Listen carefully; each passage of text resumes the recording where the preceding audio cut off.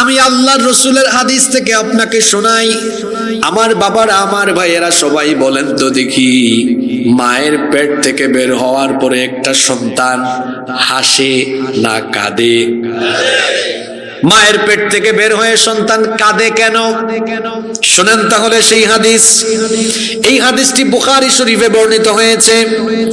হাদিসের বর্ণনাকারী সাহাবী হচ্ছেন যিনি সবচাইতে বেশি সংখ্যক হাদিস বর্ণনা করেছেন, সাইয়্যিদুল মুহাদ্দিসিন আবু হুরায়রা রাদিয়াল্লাহু আনহু। তিনি বলছেন, রাসূল করিম সাল্লাল্লাহু আলাইহি ওয়াসাল্লামের কাছ থেকে আমি শুনেছি, আল্লাহর নবী বলেছেন, মা মিন বানি আদম মাউলুদুন ইল্লা ইয়ামাসসুহুশ শাইতানু হিনা ইউলাদ। এমন কোন বনি আদম নাই, এমন কোন মানব সন্তান নাই যে জন্মগ্রহণ করার পরে তাকে শয়তান এসে স্পর্শ করে নাই। অর্থাৎ মানুষ জন্মগ্রহণের পরে তাকে শয়তান এসে খুঁচা মারে, স্পর্শ করে।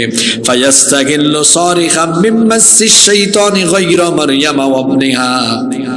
আল্লাহর নবী বলেছেন, পৃথিবীর দুইজন, একজন মারিয়াম আলাইহিস সালাম আর তার ছেলে ঈসা রূহুল্লাহ, ঈসা ইবনে মারইয়াম, এই দুইজনকে আল্লাহ হেফাজত করেছেন। আল্লাহ কোরআনে বলেছেন, ওয়া ইন্নী উঈযুহা বিকা ওয়া যুররিয়াতাহা মিনাশ শাইতানির রাজীম।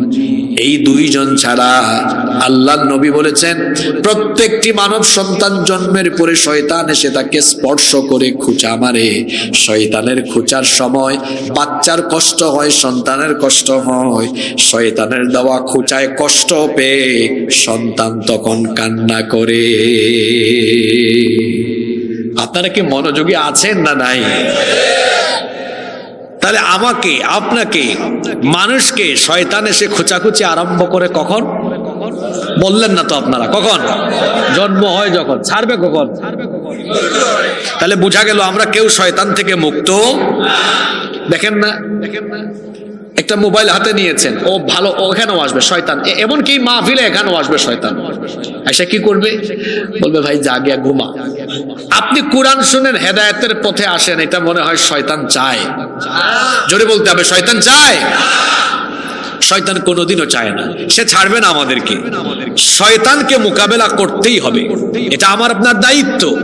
শয়তান থেকে নিজেকে সেফ রাখা, এটা আমার দায়িত্ব। আসেন তো আমরা দেখি শয়তান কিভাবে মানুষের বিরুদ্ধে ষড়যন্ত্র করে। আজকে মানুষের বিরুদ্ধে শয়তানের কয়টা ষড়যন্ত্রের কথা বলবো? ওই দিক থেকে আওয়াজ পেলাম না। কয়টা? একদম খাতায়, খাতা তো নাই, মোবাইলে নোট করে লিখে ফেলেন। বাড়িতে গিয়ে গল্প করবেন, শেয়ার করবেন যে আজকে হুজুর এই বিষয়গুলো কোরআন হাদিস থেকে বলে গেছে। অন্তত 11টা পয়েন্ট। পারবেন না ইনশাআল্লাহ? চলেন শুরু করি। নাম্বার 1, এক নাম্বার, মানুষের বিরুদ্ধে শয়তানের প্রথম ষড়যন্ত্র হলো, যেভাবেই হোক মানুষকে সাজদা দেওয়ানো যাবে না, তারে সাজদা থেকে দূরে রাখতে হবে। কেন? সাজদার ব্যাপারে শয়তানের একটা ক্ষোভ আছে, ক্ষোভ। কারণ হলো, আপনারা এটা জানেন, শয়তান ইবলিস জান্নাত থেকে বের হয়েছে কি না দেওয়ার কারণে? আপনারা বললেন না তো, কি না দেওয়ার কারণে? কয়টা সাজদা দেয় নাই? জোরে বলেন। একটা সাজদা না দেওয়ার কারণে তাকে জান্নাত থেকে বের করে দেওয়া হলো। তার প্রতিজ্ঞা হলো, মানুষকে সে সাজদা দেওয়াতে দিবে না। তার প্রতিজ্ঞা হলো, যে করেই হোক মানুষকে আমি সাজদা দেওয়া থেকে দূরে রাখবো। সাজদা দেওয়ার জায়গা হলো নামাজ। সাজদা দেওয়া হয় যে ইবাদতে, সেই ইবাদতের নাম হলো একটা সাজদা না দেওয়ার কারণে সে জান্নাত থেকে বের হয়েছে। সাজদার ব্যাপারে শয়তানের সবচেয়ে বড় ক্ষোভ, আমি সাজদা দেই নাই, জান্নাত থেকে আমি বের হয়েছি, সুতরাং আমিও কোনো বনি আদমকে সাজদা দেওয়াতে দিব না। শয়তান কোন সময় হাসে আর কোন সময় কাঁদে, আসেন আমরা হাদিস থেকে জেনে নেই। দেখেন আল্লাহর নবী কি বলেছেন। আবু হুরায়রা রাদিয়াল্লাহু আনহু হাদিসটি বর্ণনা করেছেন, যখন কোন বনি আদম আল্লাহকে সাজদা দেয়, সাজদা দেওয়ার এই দৃশ্য দেখে শয়তান তখন মনের কষ্টে, মনের বেদনায় সে তখন ছটফট করতে থাকে। আল্লাহ নবী বলেছেন ইয়াতাজালাশ শাইতানু ইয়াবকি ইয়াকুল, ওই ব্যক্তির সাজদা দেওয়ার এই দৃশ্য দেখে শয়তান দূরে চলে যায়। এরপরে সে কাঁদতে থাকে আর সে বলতে থাকে উমির ইবনু আদম বিসসুজুদ, আদম সন্তানকে সাজদা দেওয়ার আদেশ করা হলো, আর সে আল্লাহর আদেশ মেনে হুকুম মেনে আল্লাহকে সাজদা দিয়ে দিল। ফাসাজাদা ফালাহুল জান্নাহ, সে সাজদা দিয়ে তার জন্য জান্নাত হাসিল করে ফেললো। সুবহানাল্লাহ। ইবলিস তখন বলে ওয়া উমিরতু বিসসুজুদ, আমাকেও তো সাজদার ব্যাপারে হুকুম দেওয়া হয়েছিল, আদেশ করা হয়েছিল। ফাআবাইতু ফালিন্নার, আমি সেই হুকুম অমান্য করেছি, এই জন্য আমি জাহান্নামের বাসিন্দা হয়ে গিয়েছি। মানুষ যখন আল্লাহকে সাজদা দেয়, শয়তান তখন এই দৃশ্য দেখে কাঁদে, আর মানুষ যখন আল্লাহকে শয়তানের ধোঁকায় সাজদা দেয় না, এই লোকটারে দেখে শয়তান তখন হাসে। কথাটা যেহেতু গুরুত্বপূর্ণ, আবার রিপিট করছি। এই হাদিস আমাদেরকে কি বার্তা দিল? যখনই আমি আপনি আল্লাহকে সাজদা দেই, এটা দেখে শয়তান মনের বেদনায় কাঁদে, আর শয়তান ধোঁকা দিয়ে যদি আমাকে আপনাকে নামাজ থেকে দূরে সরাতে পারে, আমার আপনার এই শয়তানি দেখে শয়তান তখন খুশিতে হাসে। বুঝতে পারলে এবার জবাব দিয়ে বলেন তো, শয়তান হাসে নামাজে গেলে নাকি না গেলে? মাশাআল্লাহ, অ্যাক্টিভ শ্রোতা। আর শয়তান কাঁদে নামাজে গেলে নাকি না গেলে? Okay fine. এবার আপনি আমাকে বলেন, আপনি কি প্রতিদিন 5 ওয়াক্ত নামাজের টাইম হলে শয়তানকে হাসাবেন না কাঁদাবেন? না। যারা চুপচাপ থাকলো তারা কি? সবাই বলতে হবে। আপনারা কি আজানের টাইমে, নামাজের টাইমে শয়তানকে হাসাবেন না কাঁদাবেন? জোরে জোরে হাসাবেন না কাঁদাবেন? হাসাবেন না কাঁদাবেন? তো কাঁদাইতে হলে কি করতে হবে? কোথায় যেতে হবে? জোরে বলেন, কোথায় যেতে হবে? মসজিদ তো ফাঁকা থাকে, আপনারা তো যান না। আপনারা তো যান না। যারা আজান হলে মসজিদে যায়, এরা আল্লাহর জমিনে আল্লাহর খলিফা। আর যারা আজান হলে মসজিদে যায় না, এরা হলো আল্লাহর জমিনে শয়তানের খলিফা ও শয়তানের মুরিদ হয়ে গিয়েছে। কারণ শয়তান তাকে ভালো মতোই তার মুরিদ বানাতে পেরেছে। এই হাদিস আমাকে কি বললো? আমি নামাজে গেলে শয়তান বেজার, আর আমি নামাজে না গেলে শয়তান খুশি। তা আমি খুশি করব শয়তানকে না আল্লাহকে? আমি শয়তানকে হাসাবো না কাঁদাবো? তো কাঁদাতে হলে তো আপনাকে নামাজ যেতে হবে। এটা মনে হয় মসজিদ, তাই না? এটা কি সেই মসজিদ যেখানে আমি বিয়ে খেতে এসে খুতবা দিয়েছিলাম? গত বছর এই এলাকায় আমি আসছিলাম, আপনারা অনেকে জানেন না। আজকে যিনি আমাকে দাওয়াত করেছেন মিজান ভাই, তার সাথে আমার আজকে প্রায় 4 বছরের পরিচয় এবং খুব ভালো সম্পর্ক। ওনার কারণেই আজকে এখানে এসেছি। আল্লাহ মিজান ভাই, তাকে চিনেন তো আপনারা? আপনাদের এলাকারই ছেলে, সৌদি আরবে থাকেন, তাই না? আল্লাহ ওনার ব্যবসা বাণিজ্যে বরকত দান করে দেন। তো বলছিলাম, মসজিদ তো ফাঁকা পড়ে থাকে, এখন এই মাঠে জায়গা নাই, দেখেন দাঁড়ায় আছে মানুষ।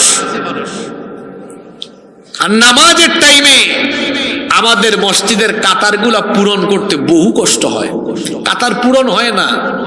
আমাদের নামাজ কিভাবে যায় এটা জাতীয় কবি খুব সুন্দর বলে দিয়েছেন। কিভাবে যায় শোনেন।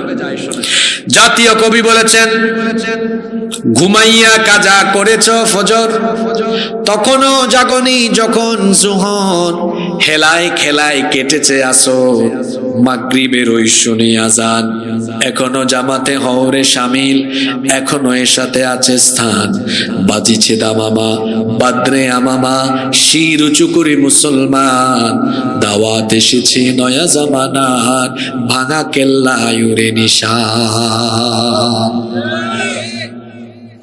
কি বাস্তবতা কবিতায় ফুটিয়ে তুললেন। ফজর কিভাবে যায় তিনি বললেন, ঘুমাইয়া কাজা করেছ ফজর। ও ঘুমিয়ে থাকে, নামাজে যায় না। আপনি যখন নামাজে ফজরের সময় ঘুমিয়ে থাকেন, শয়তান হাসে না কাঁদে? জোরে জোরে হাসে না কাঁদে? শয়তান খুশি না বেজার? লজ্জা করে না আপনার? লজ্জা করে না আপনার? ভোরবেলা সকালবেলা শয়তানের ইবাদত করেন, শয়তানের হুকুম মানেন, আল্লাহর হুকুম মানেন না। আপনি যে ফজরটা কাজা করলেন, ও যুবক ভাই, ও আমার বাবারা, আমার মায়েরা, বোনেরা, ফজর যে কাজা করে ঘুমিয়ে থাকলেন, আমার আপনার জীবনের কি কোনো ওয়ারেন্টি বা গ্যারান্টি আছে? জোহর পাবো কোনো সম্ভাবনা আছে? জোহরের আগে জানাজা হতে পারে কি পারে না? কেমন করে ঘুমাও তুমি, কেমন করে ঘুমাও তুমি, ফজর করে কাজা, এমনও তো হতে পারে জোহরে জানাজা। হতে পারে এটা। যুবক ভাইরা বলবেন, হুজুর আমি তো ইয়াং এখনো, আমি মরবো না এত তাড়াতাড়ি। Keep in your mind, there is no serial of death. মৃত্যুর কোন সিরিয়াল। আমি একটা গজল অনেক মাহফিলে গাইতাম, এটা যিনি লিখেছেন তিনিও 2-3 সপ্তাহ আগে দুনিয়া ছেড়ে চলে গিয়েছেন। চোখেরই পলকে তুমি হতে পারো দাস, চিরতরে বন্ধ হবে তোমারই নিঃশ্বাস। চোখেরই পলকে তুমি হতে পারো দাস, চিরতরে বন্ধ হবে তোমারই নিঃশ্বাস। হবে তোমারই নাম মসজিদের মাইকে, হবে তোমারই নাম মসজিদের মাইকে। বাড়িওয়ালা নাই রে বাড়ি, নাই রে দুনিয়াতে, বাড়িওয়ালা নাই রে বাড়ি, নাই রে দুনিয়াতে। বাড়িওয়ালা নাই রে বাড়ি, নাই রে দুনিয়াতে। বাড়িওয়ালা নাই রে বাড়ি, নাই রে দুনিয়াতে। বাড়ি থাকবে, বাড়িওয়ালা থাকবে না। এই জীবনটা কেমন জানেন? এই জীবনটা হলো কচু পাতার পানির মতো। কচু গাছ আছে না আপনাদের এলাকায়? কচু পাতায় পানি বেশিক্ষণ থাকে? টলমল টলমল করে। এটা যে কোনো মুহূর্তে পড়ে যায়। জীবনটাও হলো তেমন, এটা যে কোনো মুহূর্তে শেষ হয়ে যেতে। ও আমার যুবক ভাইয়েরা, নামাজ আদায় করলেন না যুবক বয়সে, অথচ এই যুবকের প্রতিটি রুকু আর সাজদা বয়স্কদের রুকু সাজদার চাইতে অনেক অনেক অনেক অনেক দামি। সুবহানাল্লাহ। যুবকদের ইবাদত যিনি পছন্দ করেন তিনি কি? কিয়ামতের ময়দানে সূর্য মাথার কাছাকাছি চলে আসবে, সূর্যের প্রচন্ড তাপে পায়ের তলা একেবারে তামা হয়ে যাবে। সূর্যের প্রখর তাপে গুনাহগারদের মাথার চামড়ি ফেটে মগজ উতরে উতরে উতরে উতরে গলে গলে গলে গলে বেয়ে বেয়ে পড়তে থাকবে। পিপাসার যন্ত্রণায় কাতর হয়ে মানুষের মুখের ভেতর থেকে জিহ্বা বের হয়ে কুকুরের মতো নাভিস্থল পর্যন্ত ঝুলতে থাকবে। সারা হাসরের ময়দান জুড়ে একটা গাছপালা বৃক্ষরাজি কোনো কিছুই থাকবে না। সেই দিন আল্লাহ তাআলা 7 শ্রেণীর মানুষকে তার আরশের ছায়ার নিচে জায়গা দিবেন। এর মধ্যে এক শ্রেণী হলো ওয়াশাবুন নাশাআ ফি ইবাদাতিল্লাহ। ওই যুবক যে তার যৌবনকাল আল্লাহর ইবাদতে কাটিয়েছে, যে তার যৌবনকাল আল্লাহকে সাজদা দিয়ে দিয়ে আল্লাহর গোলামি করে কাটিয়েছে, সেই যুবককে আরশের ছায়ার নিচে যিনি জায়গা দিবেন তিনি কে? তো হাইমচড়ের যুবকেরা কি আরশের ছায়ার নিচে জায়গা চায় না নাকি? চায় না নাকি? মসজিদের সামনের কাতারগুলো যুবক তরুণ ছাত্ররা ভরপুর করে দিবে ইনশাআল্লাহ। চাচারা রাগ করেছেন, বাবা আমরা সামনে থাকবো, এরা কেন সামনে?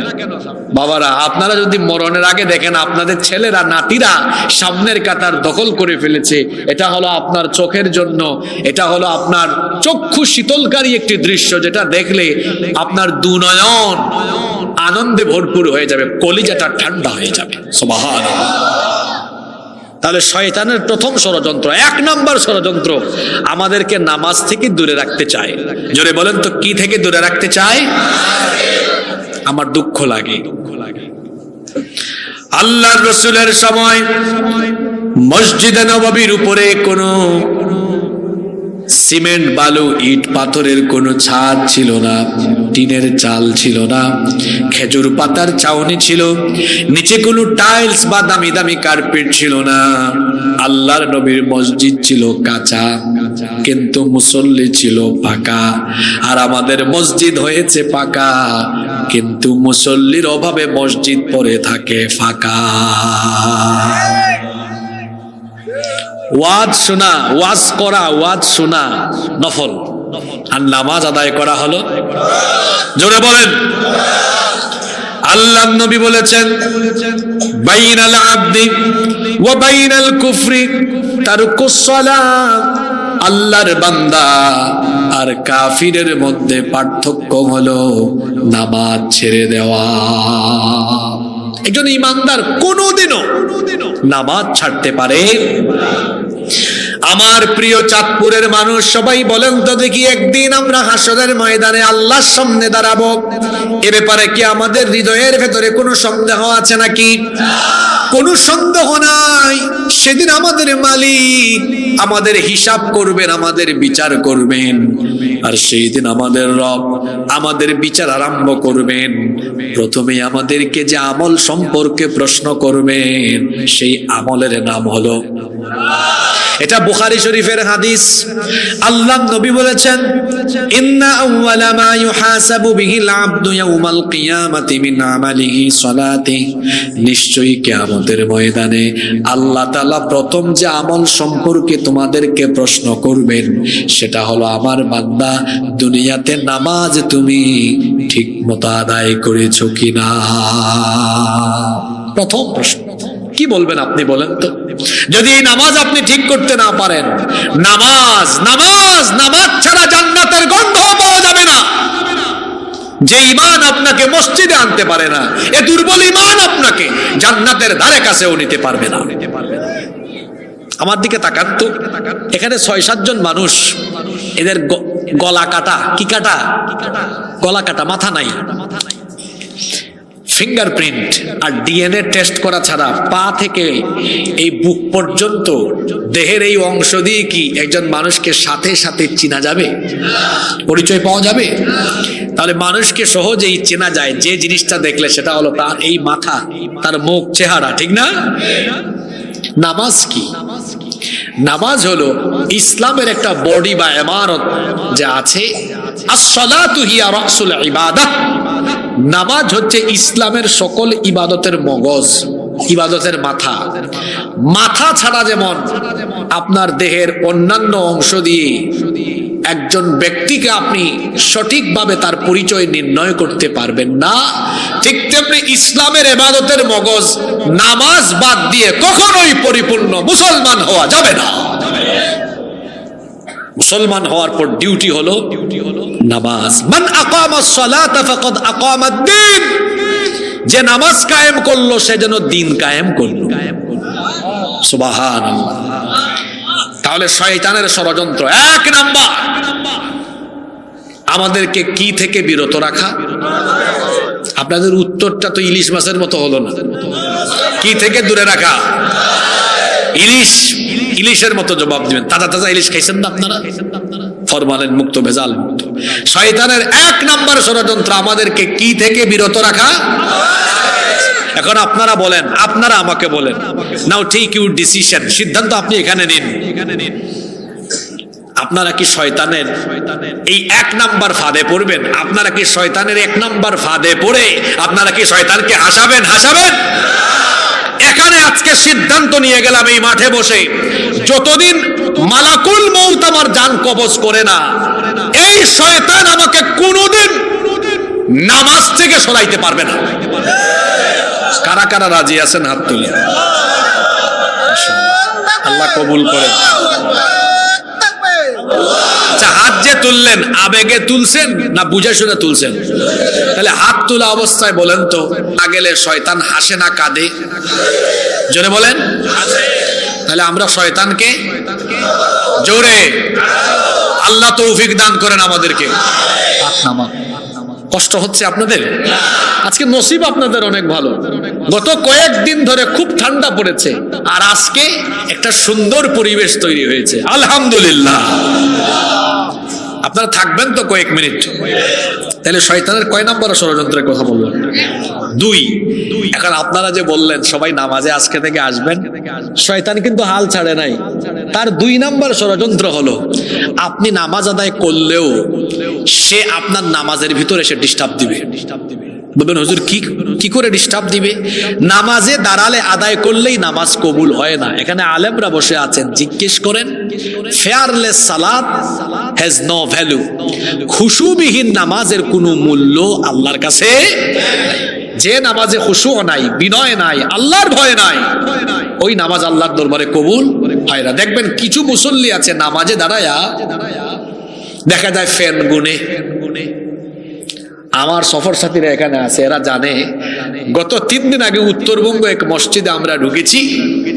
আমরা ঢুকা মাত্রই এক মুসল্লি এমনি নামাজে ছিল, আমাদের দিকে এমনি তাকাইছি। আমি এটা দেখে আমি ডিরেক্ট বলছে, ভাই আমাদের দিকে না, ওই সামনের দিকে সাজদার জায়গার দিকে তাকা। এই ব্যক্তির নামাজে কোনো খুশু নাই। অনেকে নামাজে দাঁড়িয়ে কলার টিক করে, বাটন লাগায়, দাড়ি খিলাল করে। আল্লাহর রাসূল মসজিদে ঢুকে দেখেছেন এক ব্যক্তি নামাজে দাঁড়িয়ে এরকম খেলাধুলা করছে। নবীজি বললেন, লাউ খাশাআ কলবাহু লা খাশিআত জাওয়ারিহু। এই লোকটার অন্তরে যদি আল্লাহর ভয় থাকতো, নামাজে দাঁড়িয়ে এরকম দাড়ি নিয়ে খেলাধুলা করতো না। আল্লাহু আকবার। আমরা নামাজে দাঁড়ালে আমাদের মনোযোগ থাকে না। অনেকের এরকম হয়, কারণ শয়তান চায় আপনাকে, তাই সে ছাড়বে না। নামাজে আসছেন তো কি হয়েছে, ওখানেও ভেজাল লাগানোর ট্রাই করবে। মনোযোগ নামাজ থেকে অন্যদিকে নিয়ে যাবে। আমাদের মনোযোগের কি হালত! অনেক সময় দেখা যায় আমাদের মনোযোগ নামাজ রেখে ব্যবসা বাণিজ্যে চলে যায়। একটা গল্প মনে পড়লো আমার, বলবো? বাজারের মসজিদ, ইমাম সাহেব এশার নামাজ শেষ করে তারপরে মুসল্লিদেরকে বলছেন, সম্মানিত মুসল্লিবৃন্দ, আজকের এশার নামাজ 4 রাকাত আদায় করলাম না 3 রাকাত আদায় করলাম, আমার একটু সন্দেহ লাগছে। এক মুসল্লি দাঁড়িয়ে বলে, হুজুর আমি 100% নিশ্চিত আপনার নামাজ আজকে 3 রাকাত হয়েছে। ইমাম সাহেব বললেন, আপনি 100% নিশ্চিত হলেন কিভাবে? তখন এই লোক বলল, হুজুর এই বাজারে আমার 4টা দোকান আছে। আমি এশার নামাজে আসলে প্রতি রাকাতে একটা দোকানের হিসাব শেষ করি, যার কারণে প্রতিদিন 4 রাকাতে আমার 4টা দোকানের হিসাব শেষ হয়। আজকে এমন কি হয়ে গেল যে আমার 3টা দোকানের হিসাব শেষ হলো, একটা দোকানের হিসাব বাকি থেকে গেল। যেহেতু আমার একটা দোকানের হিসাব বাকি আছে, আমি নিশ্চিত আপনার নামাজ আরো 1 রাকাত বাকি আছে। এর মনোযোগ নামাজে ছিল না ব্যবসা বাণিজ্যে ছিল?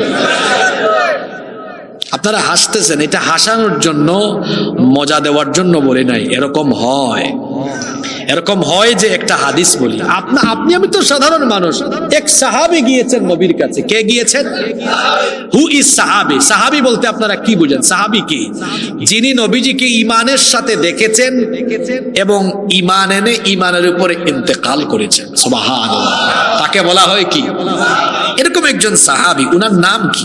দেখেন আপনাদেরকে হাদিসটা শোনাই।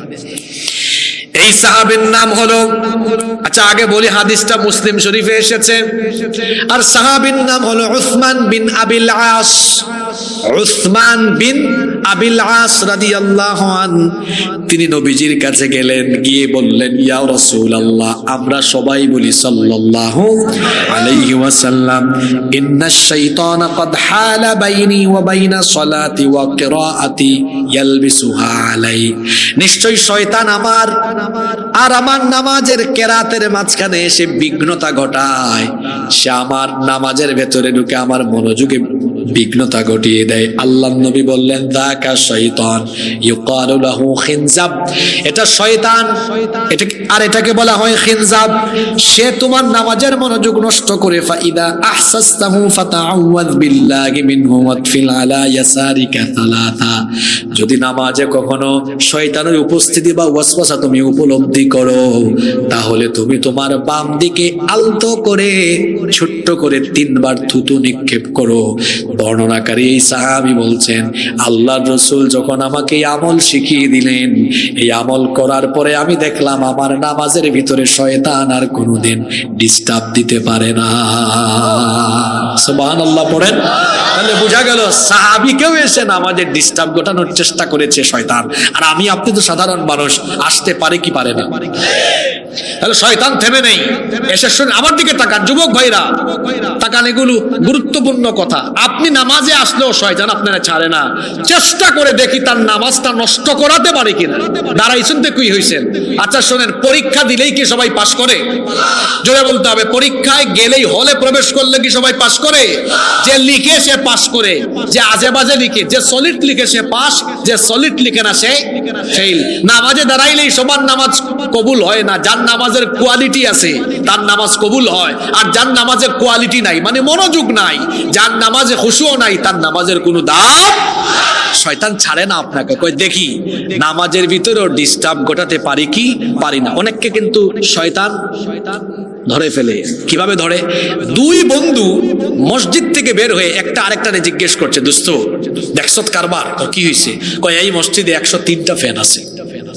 কয় তুই গুনলি কেমনে? কয় হুজুর করছে হুজুরের কাম, আমি করছি আমার কাম। এরকম হয় কি হয় না? খবরদার, নামাজে যেন মনোযোগ অন্যদিকে না যায়। অনেকে আছেন নামাজে ব্যবসায় মনোযোগ চলে যায়, বন্ধুর কথা মনে পড়ে, বাপের কথা মনে পড়ে, ক্ষেত খামারের কথা মনে পড়ে, স্কুল কলেজের কথা মনে পড়ে নামাজে দাঁড়ালে। এখন প্রশ্ন হলো, হুজুর নামাজে আমার মনোযোগ নামাজের ভেতরে থাকার জন্য আমি কি করতে পারি? আমাকে আমল শিখায় দেন। আমি আপনাদেরকে 2টা আমল শিখায় দেব। এই 2টা আমল যদি করতে পারেন, নামাজের বাহিরে কোনোদিন মনোযোগ যাবে না ইনশাআল্লাহ।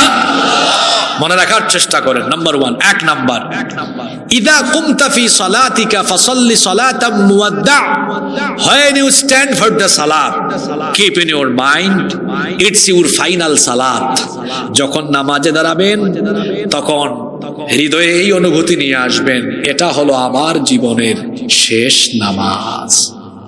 আচ্ছা, আমি আগামীকাল ফজর পাবো, নিশ্চয়তা আছে? আমি যদি প্রতিটা নামাজে এই অনুভূতি রাখি এটা আমার জীবনের শেষ নামাজ, মনোযোগ কি অন্যদিকে যাবে? যাবে না ইনশাআল্লাহ। 2 নাম্বার আমল, ইবাদত করবেন ইহসানের সাথে, অর্থাৎ আনতা আবুদাল্লাহ কাআন্নাকা তারাহু ফাইন লাম তাকুন তারাহু ফাইন্নাহু ইয়ারাকা। এই অনুভূতি রাখবেন, আমি যখন আল্লাহর ইবাদত করি আমি তখন আমার আল্লাহকে দেখি, আমি আমার আল্লাহর অস্তিত্ব তখন উপলব্ধি করি। এটা যদি আপনি নাও পারেন তো মনে রাখবেন, আপনাকে যিনি দেখছেন, যিনি সব দেখছেন, তিনি কে? আমার দিকে তাকান আর বলেন, আপনার বসের সামনে কি আপনি কখনো বেয়াদবি হয় এমন কোন কথা বা কাজ করবেন? কেন, আমার বস আমার সামনে, তো বসের সামনে যদি বেয়াদবিমূলক কোনো কথা বা কাজ না হয়, আল্লাহ হচ্ছেন আমার মালিক, আমার মালিক আমাকে দেখছেন, এটা অন্তরে থাকলে নামাজে মনোযোগ কি অন্যদিকে আর যাবে? যাবে না ইনশাআল্লাহ। এই 2টা আমল। 1 নাম্বার কি বললাম? মনে করতে হবে এটা জীবনের শেষ। 2 নাম্বার, আমাকে দেখছেন কে, আমি কার সামনে? তাহলে শয়তান তার প্রথম কাজ আমাকে নামাজ থেকে দূরে রাখা। 2 নাম্বার কাজ হলো আমাকে নামাজের ভেতরে এসে ডিস্টার্ব লাগানো, অথবা এখানে আরো একটা পয়েন্ট, আমাকে নামাজের জামাত থেকে দূরে রাখা। জামাতে নামাজ আদায় ফরজ, একা একা নামাজ আদায়ের চাইতে জামাতে নামাজ আদায়ে 27 গুণ বেশি সওয়াব রয়েছে। সুবহানাল্লাহ। এজন্য জামাতে আসতে হবে ইনশাআল্লাহ। কষ্ট হচ্ছে নাকি আপনাদের? অনেকে বাদাম খাচ্ছে, আমার কোনো আপত্তি নাই, খায়া খায়া সরো, কিন্তু মনোযোগ থাকতে হবে, ঠিক আছে? কয়টা ষড়যন্ত্রের কথা বললাম? বাদ বাকি প্রতিটা পয়েন্ট মিলবে। এখন যে উঠবে মানুষ ভাববে কি রে উঠছে কেন, মনে হয় এটার সাথে তার মিলছে। বুঝছেন কারবার? মনোযোগ আছে তো?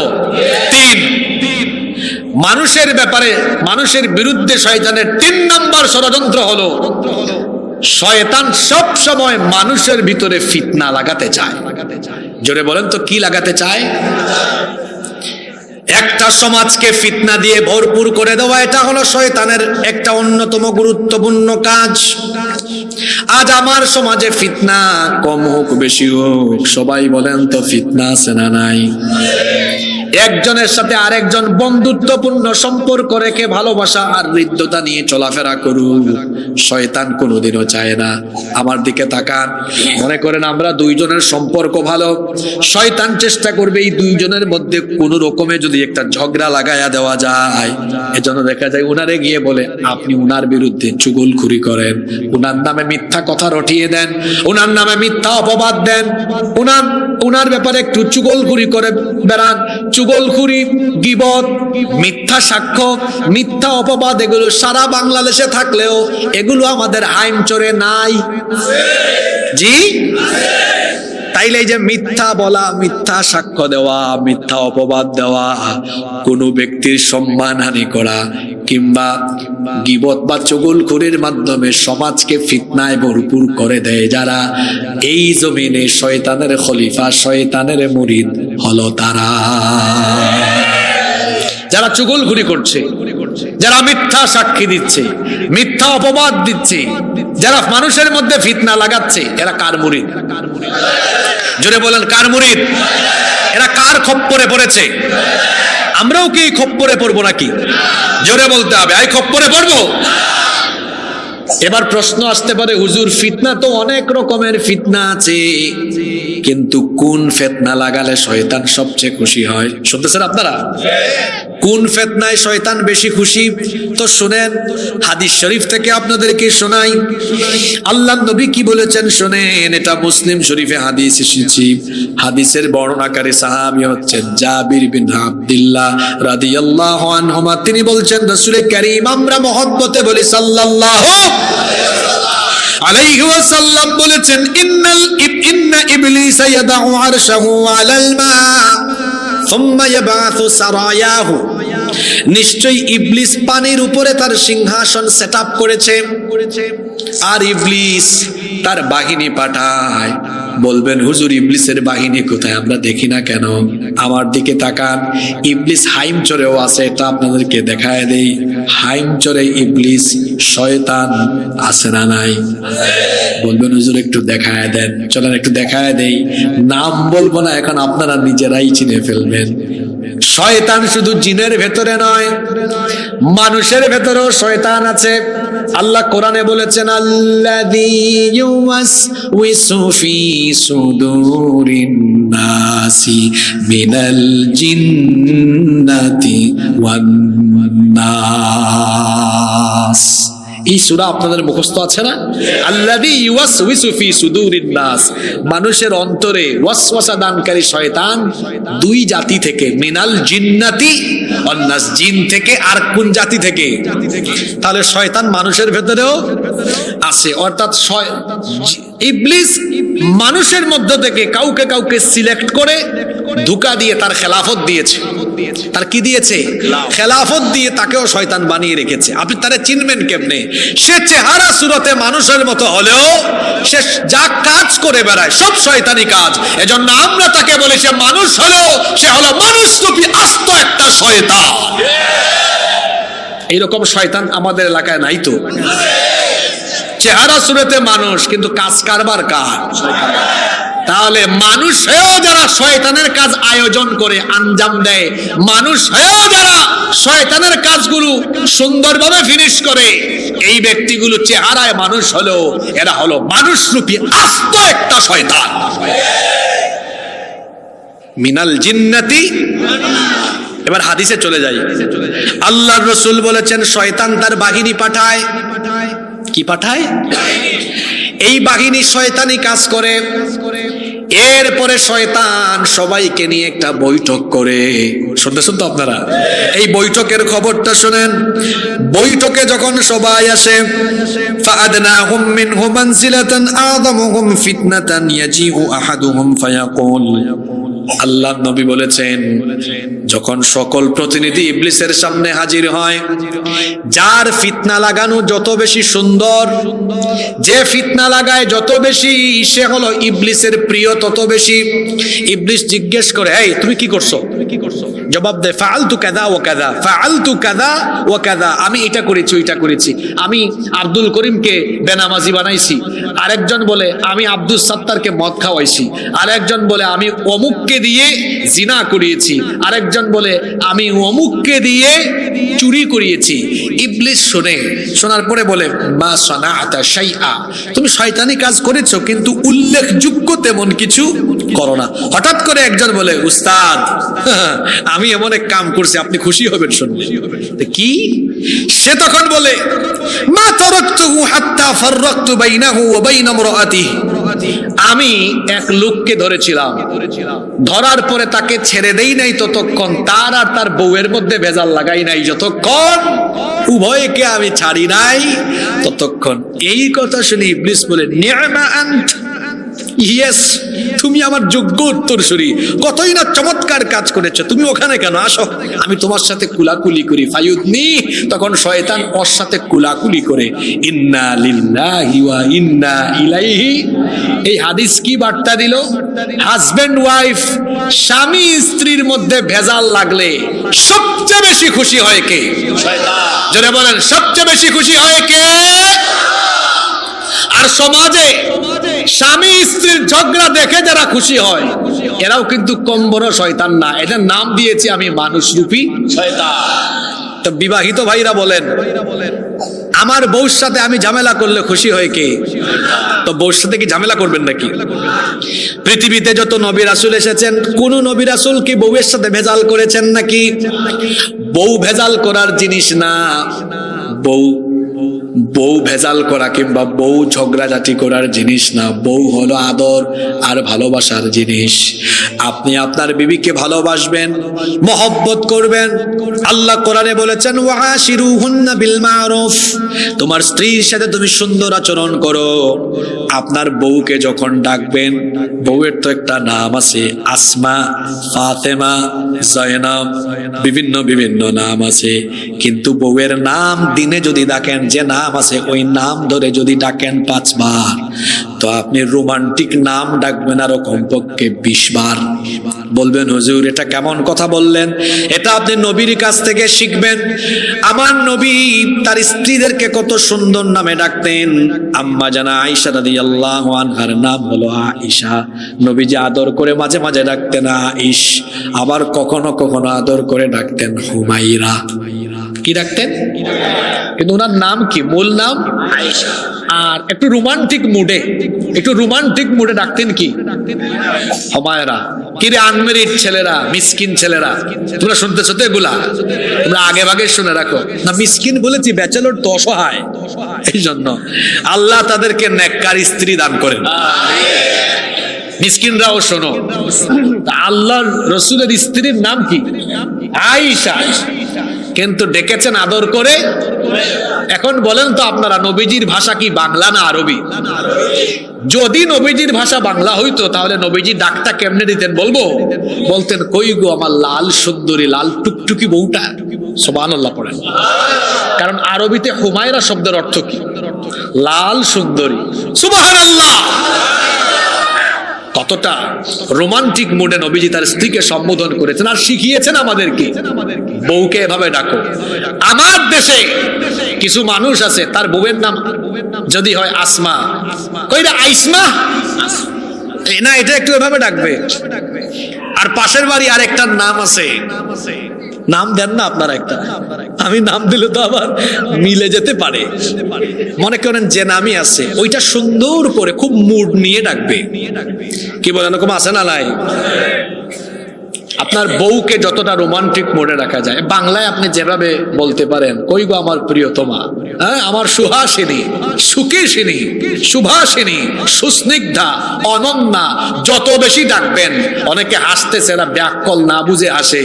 বিবাহের আগে একটা মেয়ের দিকে তাকালে চোখের গুনাহ, ওর সাথে কথা বললে মুখের গুনাহ, ওকে টাচ করলে তো আপনার জিনা।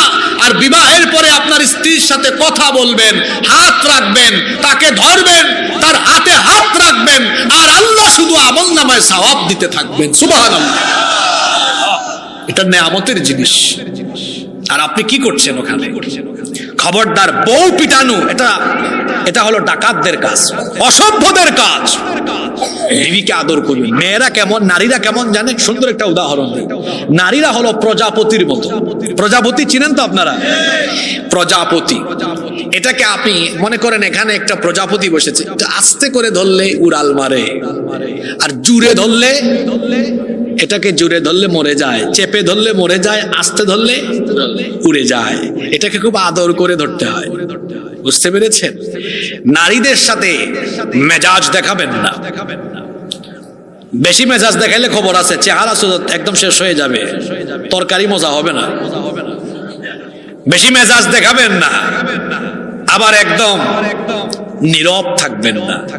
তো কিরকম থাকবেন? আপনি আপনার বিবিকে আপনার কথাবার্তা, আচরণ, ভালোবাসা, আন্তরিকতা দিয়ে আপনি তার মন জয় করে তাকে আপনি আপনার মতো চালাতে পারবেন। সুবহানাল্লাহ। তাহলে শয়তান মানুষের বিরুদ্ধে 3 নাম্বার ষড়যন্ত্র করেছে। সে মানুষে ফিতনা লাগায়, আর যে ফিতনায় শয়তান সবচেয়ে খুশি সেটা কাদের মধ্যকার ঝগড়া? বললেন না তো আপনারা, কাদের মধ্যকার ঝগড়া করবেন? ঝগড়া করবেন। আজকেই গিয়ে বউকে একটা ডাক দিবেন, কই গো আমার প্রিয়তমা, বইলা দেখেন। শোনেন, বাড়িতে কে তো বলেন, এই আবুলের মা। আসলেন আপনারা, শোনেন আমার দিকে তাকান। আজকে গিয়ে বাড়িতে বলবেন, ওগো বউ প্রিয়তমা কোথায়? আপনার বউ দেখবেন সব ফালাইয়া থুইয়া বলবে, হায় হায় হায়, যে সুন্দর ডাক দিয়েছে। দেখবেন খাবার দাবার যেটা চান নাই ওইটাও সামনে নিয়ে চলে এসেছে। না, ভূতে ধরছে কেন বলবে? আপনি এটা যদি কোনো কুমতলবে করেন তাহলে ঠিক আছে, আর আপনি যদি আজকে থেকে এটা শুরু করেন, এটা কখনোই করবে না। আর এই ভাইয়ের কথাও ফালাই দেওয়া যায় না। কিছু নারীরাও আছে, এক ভাই ওয়াজ শুনতে আসছে, বলতেছে আপনি বাড়িতে গিয়ে আগে সালাম দিবেন। কি দিবেন? ওই ভাই ওই দিন রাতে গিয়েছে, কলিং বেল দিয়ে দরজা ধাক্কা দিয়েছে, বউ দরজা খুলেছে, আর সে বলেছে, বউ আসসালামু আলাইকুম। বউ উত্তর দেয় নাই, কয় কি ভাব ধরো, আমারে তুমি চিনো না তাই না? সে ভাবছে আমি স্ত্রী, আমাকে কেন আমার জামাই সালাম দিবে। আসলে সালাম তো স্বামী স্ত্রীকেও দিতে পারে, দিতে পারে না? ঘরে ঢোকার সময় সালাম দিতে হয়, শিখিয়েছেন কে? ফাইদা দাখালতুম বুয়ুতান ফাসাল্লিমু, আছে না কোরআনে? আছে না যে ঘরে ঢুকলে কি দিতে হয়? যাই হোক, তাহলে স্বামী স্ত্রীতে কোনো ভেজাল করা যাবে? স্বামী স্ত্রীতে ভেজাল করবে যারা, কার মুরিদ তারা? কষ্ট হচ্ছে মনে হয় আপনাদের? 4 নাম্বার মানুষের বিরুদ্ধে শয়তানের 4 নাম্বার ষড়যন্ত্র হলো, শয়তান মুসলমানে দলাদলি করাতে চায়, মুসলমানদেরকে দলে দলে বিভক্ত রাখতে চায়, মুসলমানদেরকে এক হতে দেয় না। আসেন আমরা একটা হাদিস শুনে নেই। এই হাদিসটি মুসলিম শরীফে বর্ণিত হয়েছে। আন জাবির ইবনে আব্দুল্লাহ রাদিয়াল্লাহু আনহু قال سمعت رسول الله আমরা বলি সাল্লাল্লাহু আলাইহি ওয়াসাল্লাম ইয়াকুল, রাসূল করিম সাল্লাল্লাহু আলাইহি ওয়াসাল্লাম বলেছেন, ইন্নাশ শাইতানা ক্বাদ আইসা আন ইয়াবুদাহুল মুসাল্লুনা ফি জাজিরাতিল আরব। আল্লাহর নবী বলেছেন, জাজিরাতুল আরব, আরব উপদ্বীপের মধ্যে শয়তান মানুষকে দিয়ে তার গোলামি করাতে পারবে, এই ব্যাপারে সে হতাশ হয়ে গিয়েছে। সে জানে এই আরবের মধ্যে আর মানুষকে দিয়ে শিরক করানো যাবে না, কিন্তু ওয়ালাকিন ফিত তাহরিশ বাইনাহুম, একটা ব্যাপারে শয়তান এখনো আশা ছাড়ে নাই, তোমাদের মধ্যে দলে দলে ভাগ করে দিয়ে কিয়ামত পর্যন্ত তোমাদেরকে বিভক্ত করে রাখবে। শয়তান এ ব্যাপারে দৃঢ় প্রতিজ্ঞ। আজকে দুঃখ ভারাক্রান্ত হৃদয় নিয়ে বলতে হয়, শয়তান এই জায়গায় সফল হয়ে গিয়েছে। আজকে বাংলাদেশ সহ গোটা বিশ্বের দিকে তাকিয়ে দেখেন, আজকে মুসলমানদের মধ্যে দলাদলি, কিলাকিলি, গুতাগুতি কম না বেশি? আপনাদের কথা কি বলতাম, আমাদের হুজুরদের ভিতরে দলাদলি কম না বেশি? এই দলাদলিতে লাভ হয়েছে আমাদের? জোরে বলেন, লাভ হয়েছে? আমি ভেবেছিলাম 5ই আগস্টের পরে সম্ভবত হুজুররা এবার এক হয়ে যাবে, কারণ ইসলাম বিরোধীরা যখন মারে তখন কৌমিও চিনে না, আলিয়াও চিনে না, সরসিনাও বুঝে না, জামাতও বুঝে না, হেফাজতও বুঝে না, চরবুনাইও বুঝে না, শুধু বুঝে ইসলামের পক্ষে যারা থাকবে, হুজুর যারা হবে, আলেম যারা হবে। অবশ্য যারা কুতানি মার্কা আছে আর কুষ্ঠকাঠিন্য মার্কা আছে, এদের ব্যাপারে আমার কোনো কথা। আমার দেশে কিছু কুষ্ঠকাঠিন্য মার্কা হুজুর আছে না, কুষ্ঠকাঠিন্য মার্কা কি? কুষ্ঠকাঠিন্য হলে দেখা যায় খুব কষ্ট হয় টয়লেটে গেলে, তাই না? আমার দেশে কুষ্ঠকাঠিন্য কিছু হুজুর আছে, জিকির পরে ইদানিং ফেসবুকে দেখা যায়, এদের নাম আমি দিয়েছি কুষ্ঠকাঠিন্য, কুষ্ঠকাঠিন্য। আর কিছু আছে হাফানি রোগী, হাফানি কি এরা আছে না নাই? এগুলো জিকির নয়, এগুলো জিকিরের নামে ভণ্ডামি আর মানুষের ঈমান লুট করা। জিকির হবে আল্লাহর নামে, সুবহানাল্লাহ, আলহামদুলিল্লাহ, লা ইলাহা ইল্লাল্লাহু, আল্লাহু আকবার, এগুলো জিকির। আর এগুলো জিকির না ভণ্ডামি? জোরে বলেন, জিকির না ভণ্ডামি? হাইমচর সহ চাঁদপুরে এমন ভণ্ডামি আমরা বরদাস্ত করব না। সম্মানিত উপস্থিতি, তো বলছিলাম এই গ্রুপ ছাড়া এরা তো হুজুরের কাতারে পড়ে নাই, হুজুরের কাতারে ওদের তো কোরআন শরীফও সহিরা, ওদের তো কোরআন শরীফও। এ ছাড়া কৌমি বলেন, আলিয়া বলেন, চরমুনাই বলেন, খেলাফত বলেন, জামাত বলেন, হেফাজত বলেন, সরসিনা বলেন, ফুরফুরা বলেন, যে যাই বলেন না কেন, পিটানোর সময় ইসলাম চলে গিয়েছেন, তাদের নাম বলি। মুফতি আমিনী, মনে আছে আপনাদের? মুফতি ফজলুল হক আমিনী, এরা সবাই চলে গিয়েছেন, এরা সবাই চলে গিয়েছেন। নাওয়ারাল্লাহু মারকাদাহুম ওয়া জাআলাল জান্নাতা মাথওয়াহুম। জোরে বলেন আমিন। আল্লাহ সবার কবরকে জান্নাতুল ফেরদাউস বানিয়ে দেন। এরা এক দলের, এক ঘরানার না কয়েক ঘরানার? এক ঘরানার। যারা বেঁচে আছেন এবার তাদের কথা বলি। আল্লামা মামুনুল হক,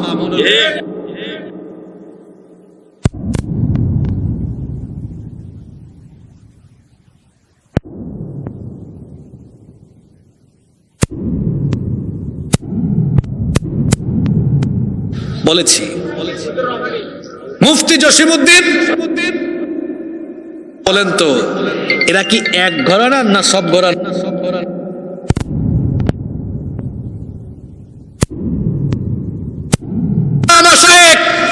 পীর মাশায়েখ, আর কেন আমরা দৌড়াদৌড়ি করব? এখনই সময় এই